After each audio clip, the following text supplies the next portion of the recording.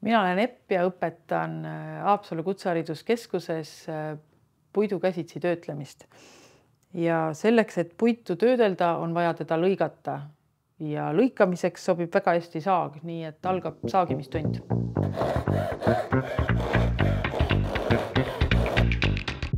Kui sa hakkad saagima, siis kõigepealt vaatad, kuidas sa seisad. Et üks jalg ette, teine taha.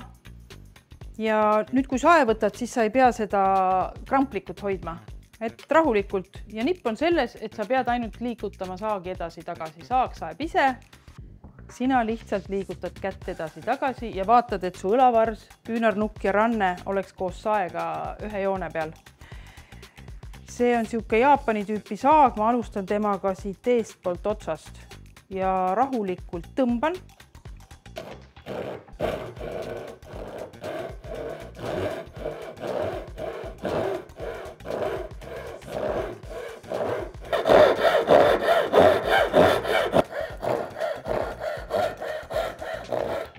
No päris hästi. Või natukene peaks veel harjutama. Siin puidumajas kasutame siis tapisaagi ehk roogsaag. Tal on selline selgroog. See tähendab, ta tagab sulle sirge saetee, ta nagu ei paindu oma tee peal.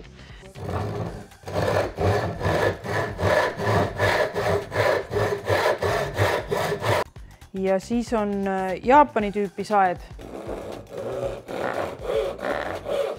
mis on painduvad ja õhukese teraga. Temal on ka variant see, kus on roog selja peal.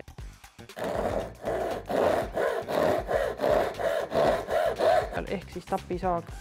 Siis sellel Jaapani sael on kahte sorti saehambad. Ühed on pikisaagimise hambad ja teised ristisaagimise hambad. Kui sa nüüd vaatad neid saehambaid, siis sa näed, et kolmnurgal on teritatud mõlemad servad. Selle teise hamba terad on sealt poolt teritatud. Ehk siis nad on reas nagu ridanugasid, mis saevad siis mõlemad pidi nii lükates kui tõmmates. Kui sa neid saehambaid vaatad, siis sa ei näe siin kuskil serva peal mingeid faase, mis on teritatud. Ehk tal on teritatud tipud. Ehk see on pikisaagimise hammas ja need on teritatud otstest nagu peitlid. See on siis nagu ridapeitleid, mis pikisaagimisel siis hästi saevad. Ja kui sa nüüd neid hambaid vaatad, need on teritatud jälle külje pealt, aga sellel saehambal on 3 küljes teravik ehk teritus. Sellepärast need Jaapani saed saevadki nii hästi. 3 külge on teritatud. Sõna saeräsa. Räsa tähendab seda, kui saehambad on painutatud üks ühele poole, teine teisele poole korda mööda.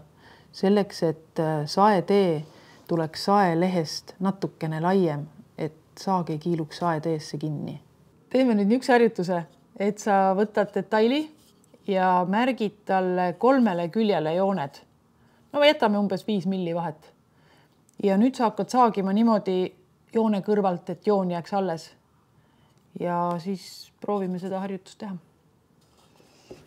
Ma pean ka saagima kohe hakkama, eks ole. Ma võtan selle sae.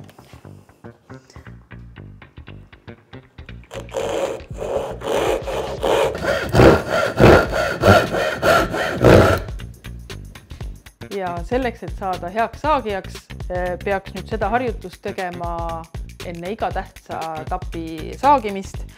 Nagu hea sportlanegi teeb enne lihased soojaks, tuleb saagimist ka samuti harjutada.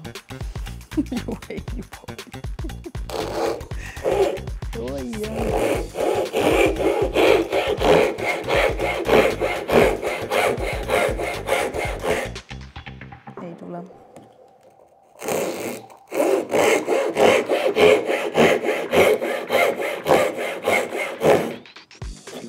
No, parem.